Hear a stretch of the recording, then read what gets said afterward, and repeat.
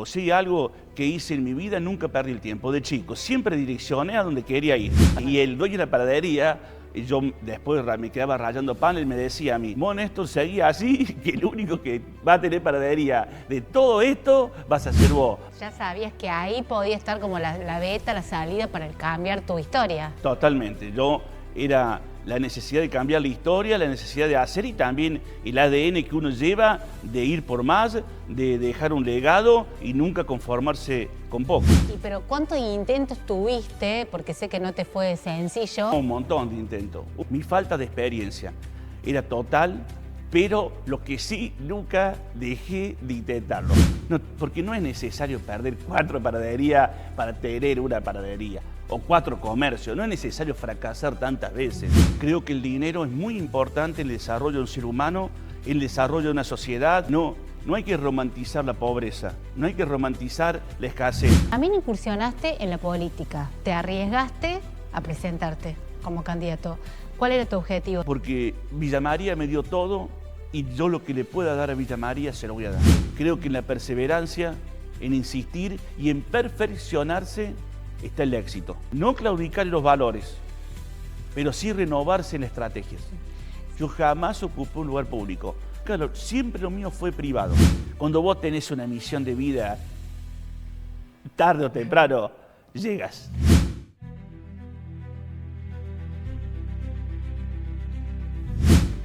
Hola a todos, bienvenidos a un nuevo episodio de En Algo Nos Parecemos.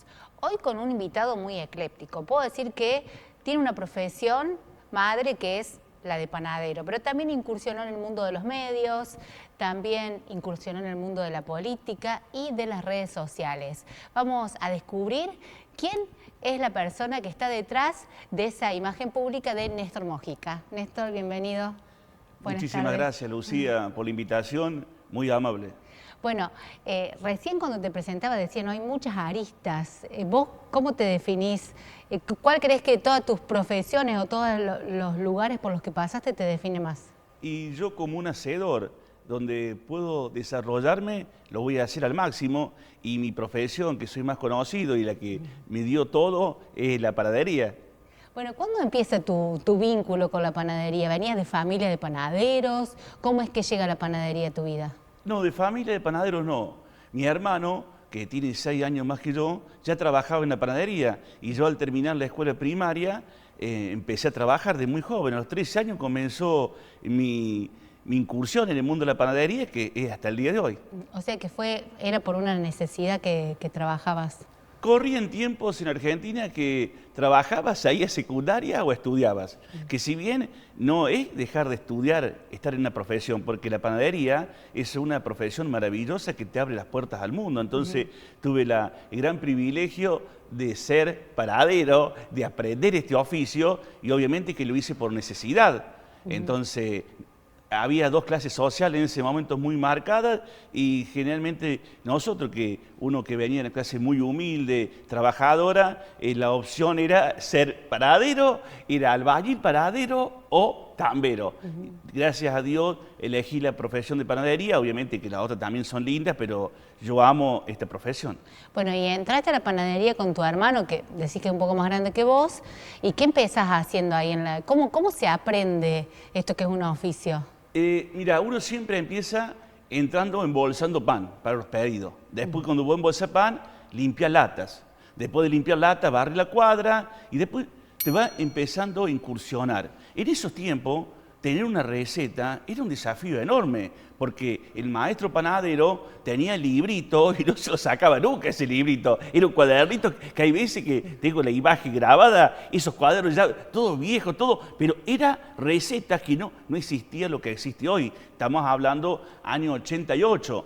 Las redes sociales no existían, internet no existía el acceso que hay ahora que vos con un clic accedes a cualquier receta. En esos momentos, crecer en panadería y ser un maestro panadero era un desafío. No había escuela de panadería, entonces el panadero nos hacíamos en la cuadra, de a poco amigándonos con el maestro panadero, y era un proceso que a algunos les llevaba mucho tiempo y a otros no. Pero la panadería, por ser un horario muy difícil, Entonces no seguíamos todo lo que empezábamos, porque la panadería se empieza a las 2 de la mañana, 1 de la mañana, 3 de la mañana, y hay algunos que se adaptan y otros que abandonan. Claro, o sea que en el cuadernito ese el maestro panadero estaba como la fórmula mágica.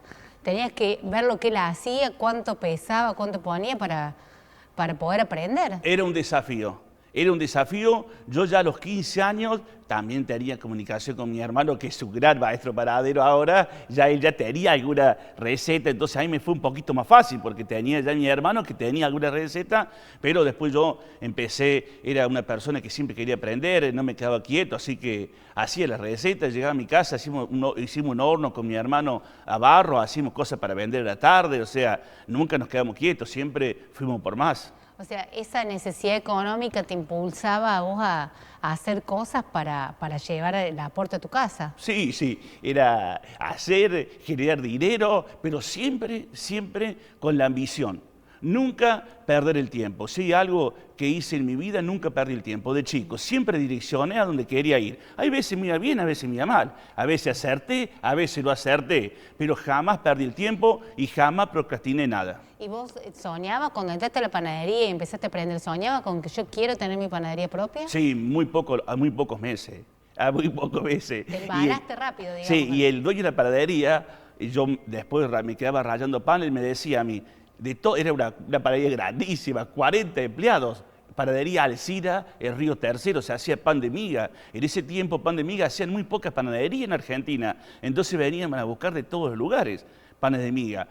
Y nosotros, en esa panadería se especializaba en pan de miga. Él siempre me decía, vos Néstor, seguía así, que el único que va a tener panadería de todo esto vas a ser vos. Porque yo era que buscaba y todo me cargaban, alguno era Néstor. Y yo era más organizado ya de chiquito. Ya sabías que ahí podía estar como la beta, la salida para cambiar tu historia. Totalmente. Yo era la necesidad de cambiar la historia, la necesidad de hacer y también el ADN que uno lleva de ir por más, de dejar un legado y nunca conformarse con poco. Bueno, ¿y cómo llegas a Villa María? Porque esto que estás narrando, tu primera infancia, tu adolescencia, transcurre en Río Tercero. Pero ¿cuándo llegas acá, a Villa María? Bueno, en ese no conformarse con poco está un poquito esa historia. En esos tiempos los supermercados empezaban a poner panadería. Entonces, en ese tiempo los supermercados compraban pan a los panaderos. Los supermercados incorporaban panificación. El sueldo de un empleado de comercio era casi el triple que de un panadero, porque ahora el sueldo del panadero ya se igualó a todas las profesiones. En ese momento éramos muy mal pagos, era muy poquito dinero, había que hacer algo a la tarde porque si no, no cubría los gastos diarios. Y entonces abría un supermercado, yo tenía 17 años, abría supermercados de Petris, la panadería. Y ahí llego a Villa María. O sea, te pasaron el dato a vos de que abría ese súper acá. Claro, un viajante margarina dice, abre un supermercado, no hay paraderos, dice, en Villa María. Que nosotros con mi hermano agarramos, los vinimos para Villa María, pero forma inmediata, o sea, por eso. O sea, pero sin tener nada seguro, así te tiraron ese dato y vos confiado viniste. Sí, vinimos. En ese tiempo, mirá, Lucía, en ese tiempo, hasta comunicaciones telefónicas eran difíciles, estamos hablando años, ponele 90. Era ir a probar suerte, no era como ahora que hoy podés comunicarte, que hoy se agilizó más. Antes no, antes era probar suerte a las ciegas. Sí. Entonces llegamos a Villa María a las ciegas. ¿Y cómo te fue cuando llegaste? Y había una cola de panadero impresionante, una lista impresionante, pero como teníamos una excelente referencia del viajante de margarina, entonces nos dijeron, espera unos días más hasta encontrar un lugar para ubicarlos. Entonces nosotros estuvimos dando vuelta en Villa María, casi después de 20 días lo pusimos a trabajar y ese día, de ese día hasta el día de hoy, no paré de hacer cosas en Villa María. O sea que la llegada a Villa María fue desafiante ya de por sí, porque no te encontraste con lo que esperabas. Pero digo, cuando decidís ya quedarte acá, porque ya tenés un trabajo fijo, ¿seguí en vos este pensamiento de voy a poner mi panadería propia? Totalmente. Y yo estaba esperando tener 21 años para poder poner todo en nombre mío, la AFIP, para poder poner todo legal, alquilar una panadería, que de hecho a los 21 años es la primera panadería que alquilo acá en la ciudad. Pero ¿cuántos intentos tuviste? Porque sé que no te fue sencillo, hasta que lograste tener la panadería que tenés hoy, que es tuya propia. No, un montón de intentos, un montón. Pasé 4 panaderías, porque a los 21, después a los 25, un montón. Hasta los 31 años, yo recién a los 31 años empiezo ya a alquilar una panadería, a manejarla a nivel profesional, que me diera los resultados que me diera hoy. Yo 4 panaderías, una me quemé la cara, otra me alquilé un horno, una panadería con un horno roto, la otra alquilaba panadería que no andaba. O sea, mi falta de experiencia era total, pero lo que sí, nunca dejé de intentarlo. Jamás pensé que iba a abandonar. Sí. Manejé remis 3 años en Villa María. En el medio vos tuviste tu familia, o sea, tenés 5 hijos. Sí, tengo 4 hijas mujeres y un hijo varón. No, era sostener la casa también. O sea, en estas aventuras, ser independiente, era también sostener la casa. Y después de perder un negocio, era pagar inmobiliaria, pagar todo lo que quedaba, porque por eso a veces tenía hasta 3 trabajos y ahí incursioné también en el mundo del remis.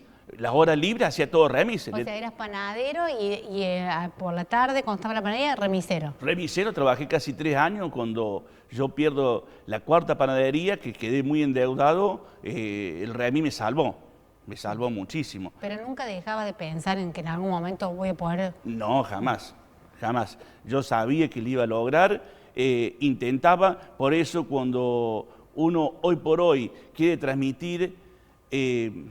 conocimiento es para allanar caminos, porque cuando uno tiene ciertos conocimientos, porque no es necesario perder 4 panaderías para tener una panadería, o 4 comercios, no es necesario fracasar tantas veces, es necesario pararse, mirar el camino, direccionar a dónde vas, tomar los recaudos necesarios, los riegos necesarios, la energía necesaria y utilizar toda nuestra inteligencia que Dios nos dio al lugar ese. Por eso, cuando uno no utiliza la energía necesaria, los recaudos necesarios, los riesgos necesarios, no toma esa iniciativa necesaria, ¿qué pasa? No llega al camino que tiene que llegar.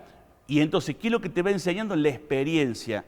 Cuando vos ya aprendes, por eso te decía, no es necesario perder 4 panaderías para tener una panadería. Yo lo hice por mi inexperiencia, por mi falta de entender cómo era la secuencia para lograr un objetivo, que hoy, gracias a Dios, a base de esos errores, lo aprendí, y lo lindo que es la experiencia es que te marca, que te enseña, que te hace duro, que te hace fuerte, que te hace de hierro, que te hace invencible. ¿Y qué herramientas fuiste incorporando en el camino para decir, bueno, voy como aprendiendo sobre esto, que no me resulta, no prosperan mis proyectos, porque vos no querías ser empleado, ese es tu objetivo principal, digamos? Sí, no ser empleado.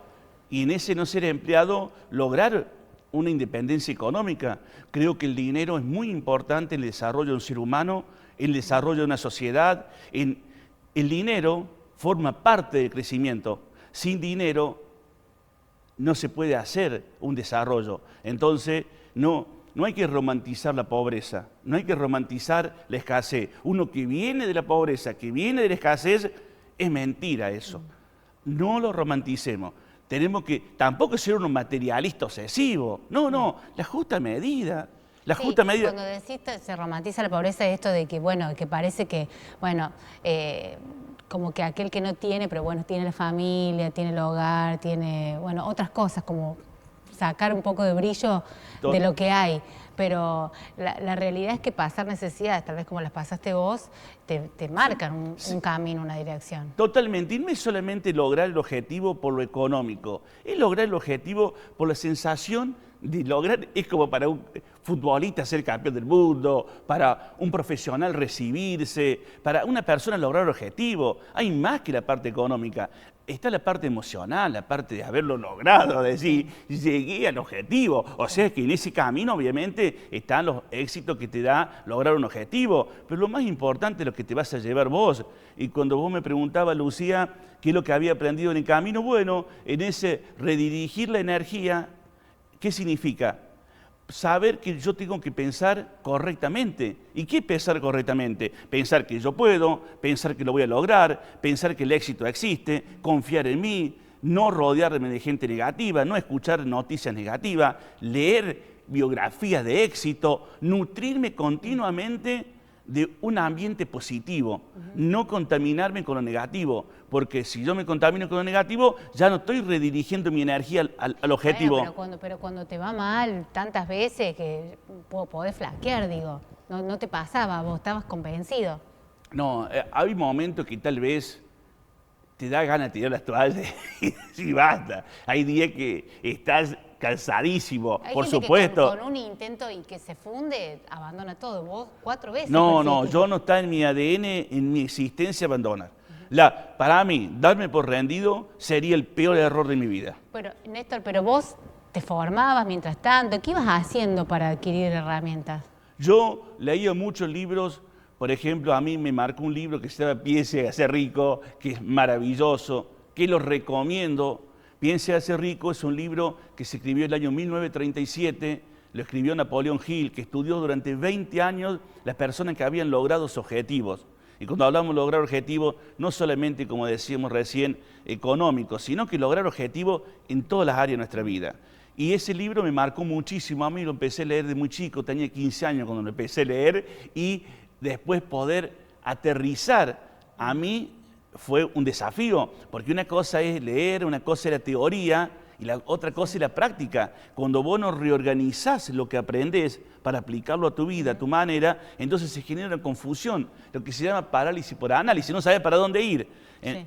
Y lo que te da a veces es intentar y a veces no acertar experiencia. Por eso es mejor intentarlo y perder que no haberlo intentado, porque si vos intentás, algo te queda. Si vos no lo intentás, sí te queda algo. La decepción de no haberte animado, de haber sido un auténtico miedoso y falta de coraje. Y no hay peor cosa que nos pueda pasar a los seres humanos que pasar por esta vida con miedo y con falta de coraje, porque va a ser el día que nos vayamos de la tierra algo que no nos vamos a perdonar. Bueno, entre todo esto que te pasaba, que contabas, ¿no? De intentar, se me explotó el horno, esto estaba roto, tuve que cerrar. Eras padre de 5 hijos. Y también hay un dato que no me parece menor, es que hay un momento de la historia, tu línea de vida, en donde vos te quedás solo con tus hijos, a cargo de tus hijos. Y eso no es un punto menor, porque tener que criar 5 hijos y además tener todo el desafío económico y laboral es importante. Sí, fue un desafío enorme. Yo ya tenía panadería propia ahí. Yo cuando faltaba esa frutillita de postre para aprobar la resiliencia al máximo, ya tenía panadería. O sea, vos lograste tu panadería y sí, ya tenía panadería propia. y Casa propia, ya había logrado medianamente acomodarme económicamente. Obviamente tenía muchos cheques que pagar, tenía préstamos que devolver, tenía una presión financiera importante, pero yo ya estaba con panadería propia, casa propia, ya tenía vehículos repartiendo en Villa María, estaba fortalecido estaba económicamente. viendo tu sueño concretado, dijiste, ahora descanso, Claro. y ahora me relajo y llega esta situación. Y cuando hablamos de saber dirigir nuestra vida, de saber plantearnos qué vamos a lograr o cómo vamos a vivir, eso también fue fundamental para mí, porque yo en ese momento agarré cuaderno en mano y diseñé cómo iba a vivir la vida. Entonces, mi hijo nunca le llevé yo una mamá que sería lo que nosotros decimos madrastra. No, yo me hice cargo. La Karina, que va a cumplir 18 años, faltan días. Es una de tus hijas. Sí, tenía 1 año. O sea, Entonces, te quedaste con edades sí, diversas y sí, muy chiquitos. Sí. Yo me hice cargo absoluto, pero no desde la desesperación, del dolor, no, lo disfrutaba muchísimo. Yo he sido un privilegiado, o sea, poder tener los hijos con uno, desarrollarlo, es maravilloso. No fue un desafío, fue una cosa maravillosa, una alegría enorme. Bueno, pero me me daba, responsabilidad total. Responsabilidad total. Y además el trabajo de panadero, que bueno, tiene horarios distintos al del resto de la gente, digo. No, sí, por supuesto. Pero en ese saber manejar la energía, uno tiene que inmediatamente, ante una adversidad, ver la parte positiva. Si yo ante una adversidad veo la parte negativa, estoy en la antesala de la derrota absoluta. Adversidades, oportunidades. Adversidades, ganancia. Si se pone dura la situación, más duro me voy a poner yo. Esa es la actitud que debemos tener, porque a todos nos pasan cosas difíciles. Acá nadie la tiene.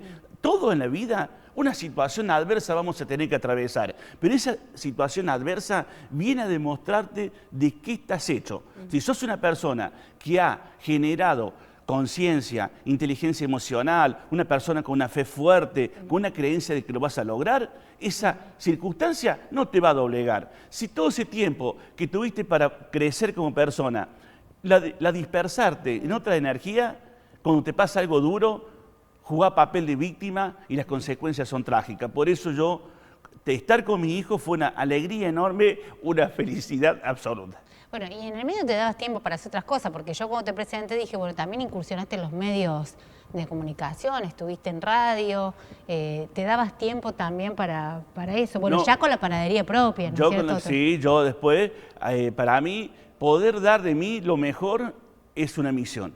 Hacer radio, yo hacía el Festival de la Alegría, era un programa muy alegre, muy feliz, que iba con energía positiva, y los últimos 2 minutos con un mensaje para esas personas que me escuchaban de que la vida sí se pueden lograr las cosas. Entonces, mi objetivo final era llevar un mensaje positivo, pero a mí me encanta hacer radio, me encanta la locución, me encanta alegrar a la gente, me encanta transmitir energía positiva de esa felicidad que tanto transforma a un ser humano, y la radio, yo 7 años tuve la gran suerte de poder liderar el segmento de la música popular en casi todo donde llegaba la radio Capicúa, era muy, muy escuchada, y yo era feliz. Yo me ponía 2 horas ahí adentro de la radio, y para mí una felicidad que después tuve que, por otros objetivos que quiero cumplir y estoy cumpliendo, tuve que dejar de hacer radio.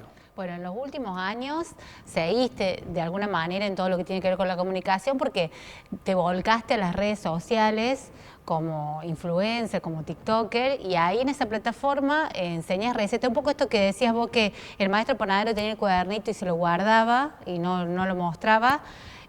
Vos de alguna manera pones ese cuadernito con todas las recetas a disposición para que la gente pueda aprender. Totalmente. Estamos en Néstor Mojica Panificación, nuestro canal de TikTok, con recetas paso a paso, con sugerencias, con compartir con mensajes de personas que gracias a Dios nos mandan de todos lados, que están emprendiendo, y entender que estamos viviendo una época maravillosa, estamos viviendo una época dorada. Hoy podés emprender desde tu casa con un horno de cocina, en lo que es rubro panadería, y en los rubros que sea también se pueden hacer. Lo peor que nos puede pasar es quedarnos sentados y esperar que nos sucedan las cosas. No, debemos pasar a la acción, y para pasar a la acción uno tiene que dar herramientas. Esa herramienta que tal vez a uno no la podía tener cuando éramos chicos porque nos faltaba esta comunicación, hoy debemos ser parte nosotros, de todos los lugares y sectores que estemos, tender una mano, porque todos necesitamos ayuda. Uno necesita de alguien, yo necesito de... Es toda una cadena. Sí. Y en el mundo de la panadería, para todas las personas que quieran aprender, en Néstor van a encontrar una persona que lo que sepa se lo va a enseñar. ¿Te gusta la docencia? Me gusta ayudar, me gusta ayudar, me gusta estar. Nosotros, desde la Cámara de Panaderos, que estuve casi 10 años como presidente de la Cámara de Panaderos, hemos estado en acciones solidarias continuas, y bueno, yo sigo haciendo solidaridad. Yo creo que el panadero es una persona que siempre va a estar con el pan donde necesita. En la pandemia, los panaderos éramos casi los únicos que andábamos repartiendo mercadería. En la pandemia no nos quedamos ninguno y salimos a repartir. Gracias a Dios hemos tenido el privilegio de tener esta profesión tan noble y de un alimento que es el alimento que une el mundo. Es el único alimento que une el mundo, llega a todos los sectores sociales y a todos los lugares del mundo. El pan, que en un momento, 5.000 años antes de Cristo, el pan era solamente para los muy privilegiados. Era para gente que eran reyes, y hoy el pan llega a todos los lugares del mundo. Entonces, tener la profesión del alimento que une al mundo es un privilegio. Sí, además en un país donde se consume tanto pan. Nosotros en Argentina somos segundos a nivel sudamericano. El primer lugar que más consume pan es Chile. Nosotros somos segundos, y somos a nivel mundial en el 5º lugar de consumo de pan. Y también nosotros somos grandes productores. Por supuesto que el productor más grande de trigo es Rusia, y cuando Rusia genera una guerra con Ucrania, de un día para otro la harina pasó a valer el doble. Imagínate si Rusia tiene influencia en el trigo a nivel mundial. Sí, bueno, más allá de todas estas ventanas o puertitas que hemos ido abriendo en tu historia de vida, ¿no? La panadería, la radio, las redes sociales, bueno, tu academia, que estás lanzando ahora tu academia de panadería, también incursionaste en la política. En este podcast no hablamos puntualmente de política, pero sí hablamos de las historias de vida de las personas. Te postulaste en principio como concejal, después para intendente. ¿Por qué tomaste la decisión de involucrarte de esa manera? No, porque hay que involucrarse, porque como te dije, mi fin es ayudar. Hay lugares que vos de lo privado podés llegar, que de hecho sigo llegando y no necesito la política para llegar. Pero tiene un límite, tiene un alcance. Hay muchas cosas que se pueden hacer y uno tiene que ser protagonista de ese cambio. En lo privado, y bueno, depende de uno y llega.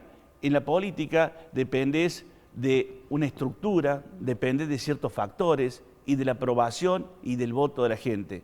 Pero como te dije antes, nunca me doy por rendido y por supuesto que cuando yo me presento como candidato a intendente en las últimas elecciones acá en la ciudad de Villa María, lo hice porque no quería ir con una alianza que para mí no era la correcta.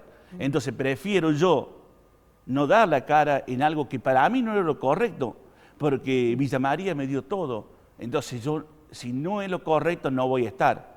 Porque yo lo hago a la política, porque nosotros en Villa María tenemos muchas cosas por hacer. Vos simpatizás, o sea, vos sos afiliado al radicalismo. Esa Sí. es la línea en la que te representa. Sí, Lucía, yo toda la vida he sido radical, pero los radicales, y no es hablar de la historia y quedarnos en la historia, pero sí hablar de algo que no claudica, que son los valores. Se renuevan, sí, las estrategias, las necesidades, pero hay algo que no claudica, son los valores. Y por eso yo siempre tuve la Unión Cívica Radical, pero el radical de Arturo Illia, de Sabatini, de nuestro querido Beglia, de Leandro N. Alén, cuando levanta ese radicalismo para poner el equilibrio. El radicalismo tiene mucho protagonismo en nuestra historia de nuestra república. Lo que pasa es que este último tiempo se ha ido debilitando por líderes que han preferido el individualismo y permanecer en cargos y no ir en serio por una transformación. Entonces, por eso hoy, cuando uno dice la Unión Cívica Radical y le parece como algo que no tiene fuerza, pero tenemos que recordar Alfonsín, año 83, la democracia. Entonces, el radicalismo marcó la historia grande de nuestra Argentina. ¿Te emociona hablar de esas personas? Y claro. Son tus referentes. Néstor, cuando fuiste a... Porque hay que ir como candidato a intendente sabiendo que tenés como contrincantes personas que tal vez tienen un respaldo económico de un partido a lo mejor mucho más grande que en el que estabas vos, digamos. ¿Te arriesgaste a presentarte como candidato? ¿Cuál era tu objetivo? ¿Sentías que podías llegar a ganar la elección o era probar cómo era la experiencia? No, es conocer cómo es la experiencia, es entender cómo es la política, porque una cosa es ser un candidato concejal o que no es para desmerecerlo, pero no estás dentro donde hay un armado fuerte. Y yo había sido candidato concejal dentro de un armado que iba en la lista casi lo que se llama sábana. Entonces, lo mío era conocer, porque Villa María me dio todo y yo lo que le pueda dar a Villa María se lo voy a dar. ¿Y cuántos votos obtuviste en esa elección? Tuvimos 1.126 votos. O sea, tuvimos porque fue un equipo. No se puede hacer solo. Esto es como las cosas de la vida. Solo no se puede hacer nada.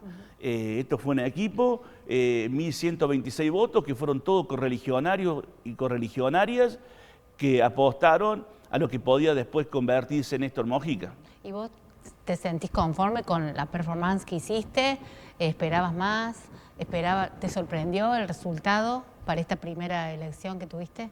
Mira, en las 5 fuerzas chicas que íbamos, sacamos más votos. Sacar más de 1.000 votos sin estructura es un desafío enorme. Por más que tengas la mejor plataforma, por más que tengas, por eso hay que entender esto, por más que tengas la mejor intención, pero bueno,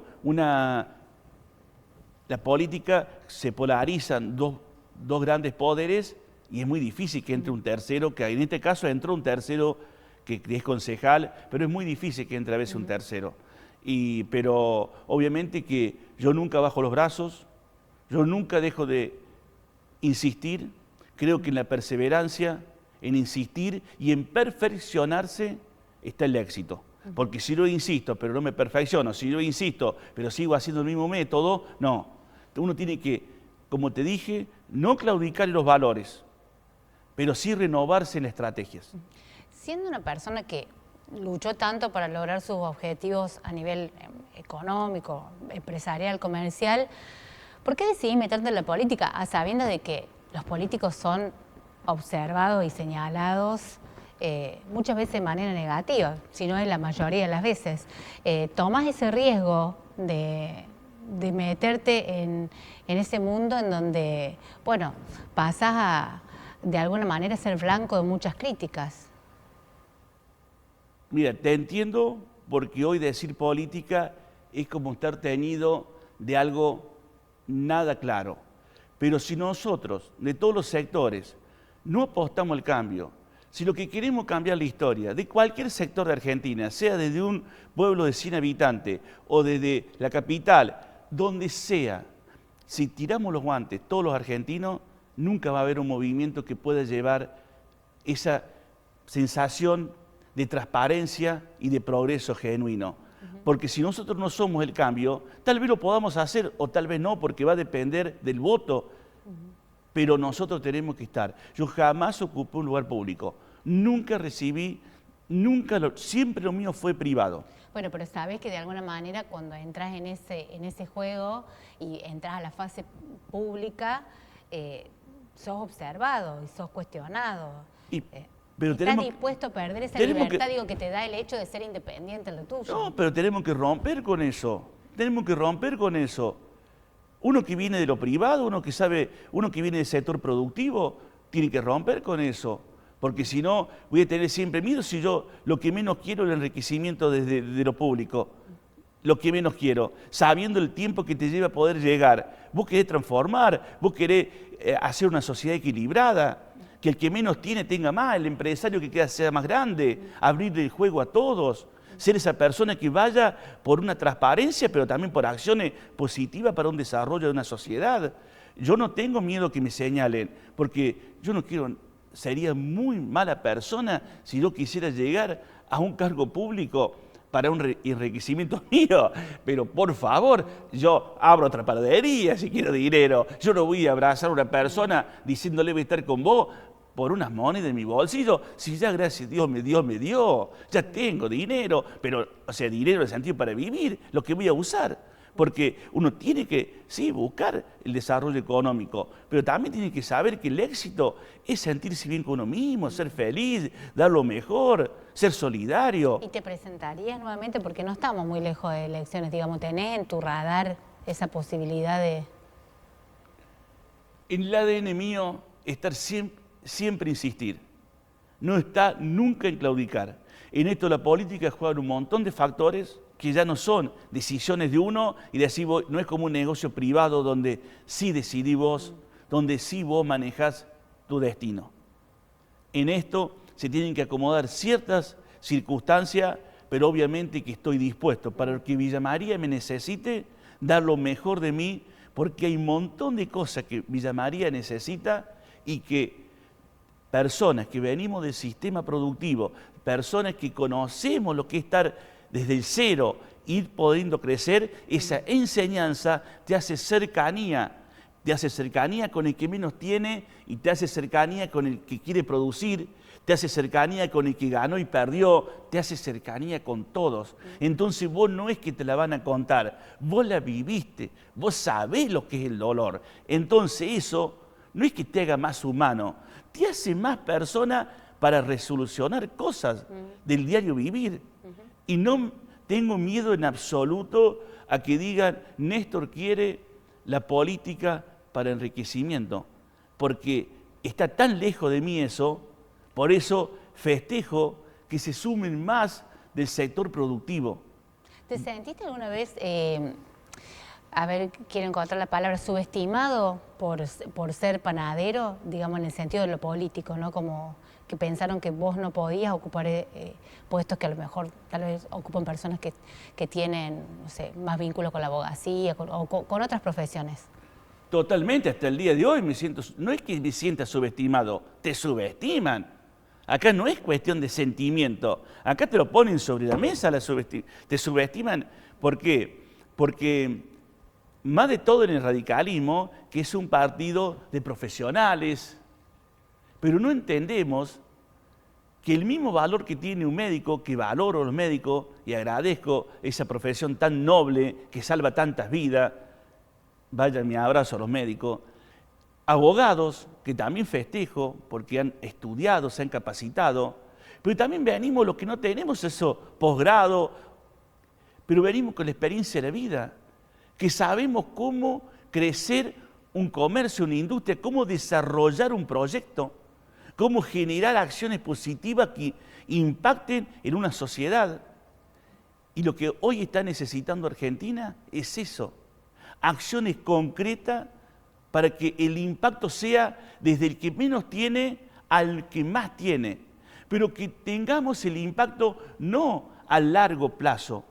La sociedad está pidiendo a gritos que el cambio sea a inmediato plazo. Y para tener cambio a inmediato plazo, por supuesto que tenemos que tener planes a inmediato, mediano y largo plazo. Pero nosotros en este proyecto no podemos estar especulando a largo plazo. Tenemos que centrarlo más en lo inmediato para empezar a solucionar lo que hoy está pasando en nuestra querida Argentina. Mientras te escucho pienso, porque hablas de los valores del radicalismo, que es el partido del que vos pertenecés, pero también en muchas oportunidades se te vinculó y incluso dentro de tu propio partido se te ha criticado por estar cerca de figuras como por ejemplo a Eduardo Castelo, en su momento acompañaste también, apoyaste a Miriam Prunoto, que después termina siendo vicegobernadora, siento que de alguna manera los ciudadanos estamos un poco agotados tal vez de ver todas estas alianzas y todo mezclado con todo y que voy con uno a la elección pero después me separo de ese y termino haciendo alianza con el que dije que no iba a estar, que lo vemos en todos los estratos, porque tanto a nivel nacional, provincial, municipal, se ve este movimiento de piezas en pos de lograr el objetivo de llegar. ¿Qué visión tenés vos de eso? No, que acá no es cuestión de amigos o enemigos. Acá es cuestión de circunstancia, de valoración, de acompañamiento y no de individualismo. Por supuesto que no podemos negar que el intendente Eduardo Castelo es una persona hacedora y ha sido un eje principal del cambio en nuestra Villa María. Que yo no sea simpatizante con su política o con su partido o lo que se quiera decir, y me han visto a mí con Eduardo charlando, un abrazo. Y por supuesto, si no es no es enemigo, porque tengas otra ideología, porque pensé distinto, ¿vamos a ser enemigos? Cuando una persona que transformó la ciudad, si yo profeso que quiero Villa María me dio todo. Villa María, para mí, es la ciudad que voy a vivir toda la vida. Entonces, ¿cómo desde el radicalismo se me ha... Por supuesto, lo que decía, pero Néstor, estás con el oficialismo. Yo lo hago públicamente, no tengo nada que esconder. Peor es los que están por abajo de la mesa, que se hacen los enemigos públicamente, mintiéndole al electorado de la gente y por abajo de la mesa son amigos. Eso es traición al pueblo. Pero yo, ¿cómo voy a ser distanciado del intendente actual? Para mí, Eduardo es un gran hacedor de Villa María.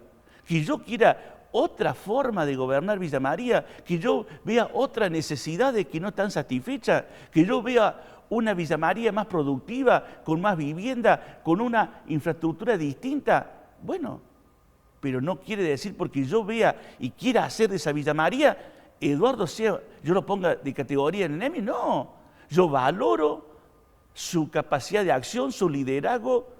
Ha sido villamariense, ha dejado muchas obras en la ciudad de Villa María. Después, yo pertenezco a otro partido, tengo otras ideas, pero no tengo por qué ser enemigo. Y cuando me hablabas de Miriam Prunoto, dentro del radicalismo, dos fracciones se dividen. Una va para un candidato y otra va para otro candidato. Yo quedo en la línea de Miriam Prunoto, pero muy pronto yo no sigo esa línea. Por eso uno va aprendiendo. Bueno, digo, pero después hace esto, ¿no? Que voy con un equipo, con un objetivo, con un partido, pero después acá me muevo de carril. Hago alianza con otro. Lo vemos incluso esto a nivel nacional. El actual presidente en algún momento habló públicamente barbaridades de personas que hoy son parte de su gabinete. Entonces digo, ese manoseo, hasta me atrevo a decir, con el electorado. No, uno es va como que una gimnasia que ya... de una gimnasia que está acostumbrado la clase política y que lo hemos naturalizado, que sea así. No sé si lo hemos naturalizado. Hay muchas críticas, hay mucho dolor del pueblo, no está naturalizado. Hay un gran descreimiento de la sociedad, hay una nueva necesidad de liderazgo. De hecho, llega Milei rompiendo todos los paradigmas de lo que era un presidente, que un presidente entre la familia, la mujer, los hijos, y Milei mostraba el perro y una familia desunida. O sea, y eso fue en rebeldía en lo que estaba dando la clase política a la sociedad, en dando el ejemplo de que ya no quería más, de que era basta, que esto no podía seguir. No, la sociedad ya no naturaliza. Si hay una cosa que tenemos el pueblo argentino, es la rebeldía, es el pelear por derechos.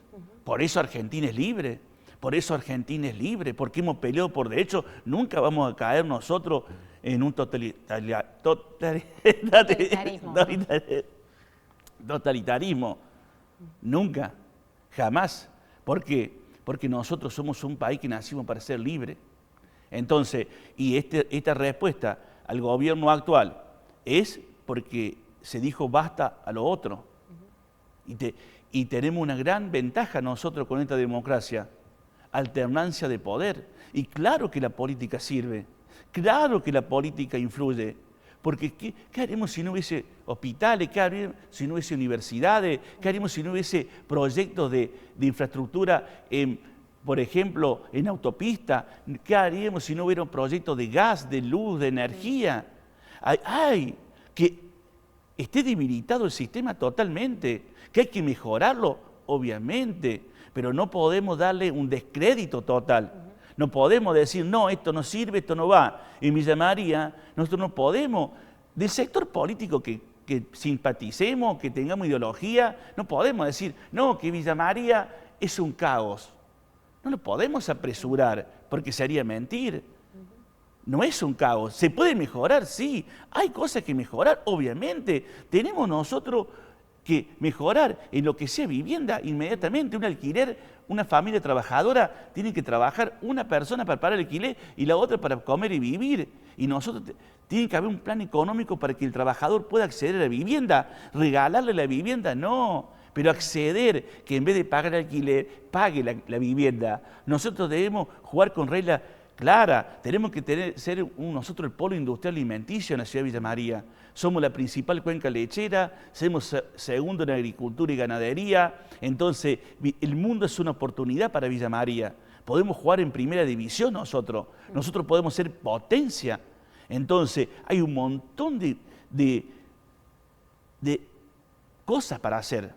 Pero no vamos a poner sobre la mesa de que Villa María es un caos porque le vamos a estar mintiendo a la sociedad. No, Villa María hay que mejorar un montón de cosas y para eso venimos del sector productivo, para eso venimos otras personas con otra ideología, para poner los matices necesarios, para poner el equilibrio necesario para que la sociedad se encamine a los lugares más espectaculares que hay. Pero no venimos a poner palo en la rueda con pretensiones personales que después hacerle creer al pueblo que son oposición y solamente para mantener una banca por 4 años más. Y eso Villa María no merece. Bueno, abrió una puerta que te apasiona, que es la de la política, pero ahora cerramos esa puerta. Me apasiona porque se puede hacer cambios. Sí. Hay personas, cuando uno va a conocer, te encuentras con un abuelo que no tiene una garrafa de gas. Y también te encontrás con un empresario que le tiene problema para el crédito. Y después te encontrás con un trabajador que sueña con tener un terreno. ¿Cómo puede ser que en esta tierra argentina, que tenemos una extensión geográfica enorme, nos demos por vencido que un trabajador que hace que el sistema productivo funcione? Porque el sistema productivo funciona, sí, hay un soñador, un empresario, pero hay 200 trabajadores, porque si este soñador no tuviera esos 200 trabajadores, se acabó el sistema productivo. Este que hace andar el país, estoy soñando por un terreno. Estoy soñando por tener su casa propia. Eso no hay que naturalizar. No debemos naturalizar la falta de vivienda, la falta de seguridad y la falta de equilibrio. Eso no hay que naturalizar. Nosotros, el trabajador, debe tener acceso a una vivienda, no regalada, porque ese trabajador tiene que pagarla para generar la rueda de que se genere más vivienda, porque la vivienda no es solamente una vivienda, es tranquilidad. Y la tranquilidad es salud, porque cuando una persona está estresada, genera cortisol. El cortisol destruye al organismo. Entonces, más que una vivienda, es vida. Digo, difícil cerrar la puerta del político porque te apasiona, te encanta. Pero bueno, volviendo al Néstor panadero, papá, que tiene esta arista política que la verdad es que veo, digamos, no me terminaste de responder si pensás candidatearte o no, pero intuyo que por tu naturaleza puede llegar a ocurrir, no sé. Respondí, No Lucía. vamos a hacer futurismo, pero Te respondí, Lucía. fue así como media ambigua. O sea, sí, te no respondí. sabes todavía. Voy a generar las condiciones necesarias para poder representar Villa María, pero solamente estaría al frente de unas elecciones, esta vez si tengo el equipo necesario, porque ya la segunda vez no voy a ser como la primera para conocer el ambiente, para prepararme para la segunda. La segunda tiene que ser ya con esa plataforma política que va a ser gobierno 2027-2031. Bueno, con la panadería tuviste varios intentos, pero tal vez con la política llegas más rápido. Está al lleno objetivo. de líderes políticos que han intentado un montón de veces. Cuando vos tenés una misión de vida, tarde o temprano, llegas. Bueno, para ir cerrando, porque ya no tenemos más tiempo, ¿hay algo que te haya quedado pendiente hacer en tu vida o hiciste todo? Porque tuviste la radio, estás en las redes, lograste tu panadería, hiciste 1000 cosas en el camino. No, ¿Te quedó algo pendiente? Me falta un montón. Cuando hablamos de política, poder ser el transformador de la ciudad que tanto quiero, ser influyente a nivel nacional, ser una persona que pueda escribir un libro con receta de panadería, llevar la receta a todos lugares y llevar siempre el optimismo de que se puede. No, me falta un montón. Me falta crear una fábrica de alfajores que muy pronto va a tener vida. O sea muchos no, proyectos, siempre no. haciendo. El ser humano tiene que tener proyectos. Es una de las claves para nunca claudicar. Porque los proyectos, pero siempre hay que prestar atención que uno debe ser más grande que el proyecto. ¿Y cómo significa eso? Yo, para tener un proyecto, yo tengo que ser más grande primero. Si yo sueño esto, yo tengo que ser interiormente más grande. ¿Y cuándo voy a ser más grande? Cuando yo crea que lo voy a lograr, cuando tenga la fe multiplicada por 10, mi autoestima multiplicada por 10, mi inteligencia financiera, mi contacto, todo. Porque si yo tengo un sueño grande, pero no me preparé internamente, va a generar frustración en mí. Lo voy a ver como algo inalcanzable. Y no es inalcanzable, porque si hay una ley que es espectacular, que si cabe en tu mente, cabe en tu mundo. Dios no te va a dar un pensamiento de un sueño que no sea para realizar. Si te lo dio, es porque te pertenece. Y entender cómo funciona el pensamiento, cómo funciona la focalización, cómo funciona la visualización es determinante. Yo la panadería que tengo la visualicé completa. Por eso nunca hay que subestimar la visualización, porque cuando uno visualiza, está viviendo ese sueño nuestro en algo que no lo podemos tocar, intangible como esto, pero está acá. Y tarde o temprano, es como una semillita, va a dar sus frutos. Por eso no hay cosa más espectacular que le pueda pasar a un ser humano que ser optimista, porque el optimismo es la salud para todas las áreas de la vida de un ser humano. Bueno, Néstor, muchas gracias. Ha sido un placer realmente escucharte. Me quedan un montón de preguntas, Bueno, pero... ¿Ya terminó ya? Ya terminó porque Yo pensé no que queda recién más empezaba. tiempo. Me quedan un montón de preguntas por hacer, pero será para la próxima. Será para la próxima y gracias por este espacio y que quede siempre para tu querida audiencia, que quede que si cabe en tu mente, cabe en tu mundo. Si tenés un sueño es para hacerlo realidad. Nada de andar papel de víctima, hay que ser papel de protagonista, ir a buscarlo y si perdés te levantás y si te caes te levantás y si dicen que no podés, vos no lo escuché porque el ser humano te da lo que tiene. Y si te dice una persona que no puede ir, ¿por qué él no podía? Nosotros damos lo que tenemos. Entonces, escuchar la voz interior, ir por grandes logros y disfrutar la vida porque el éxito más grande es haber pasado y ser feliz por la tierra. Muchas gracias, Néstor. Gracias. Bueno, así damos por finalizado este episodio. Te invitamos, como siempre, a que te suscribas a nuestro canal, a que nos sigas en las redes sociales, en Instagram, en TikTok, para que no te pierdas nada de lo nuevo que subimos semana a semana a esa red social. Y nos reencontramos en un próximo episodio de En Algo Nos Parecemos.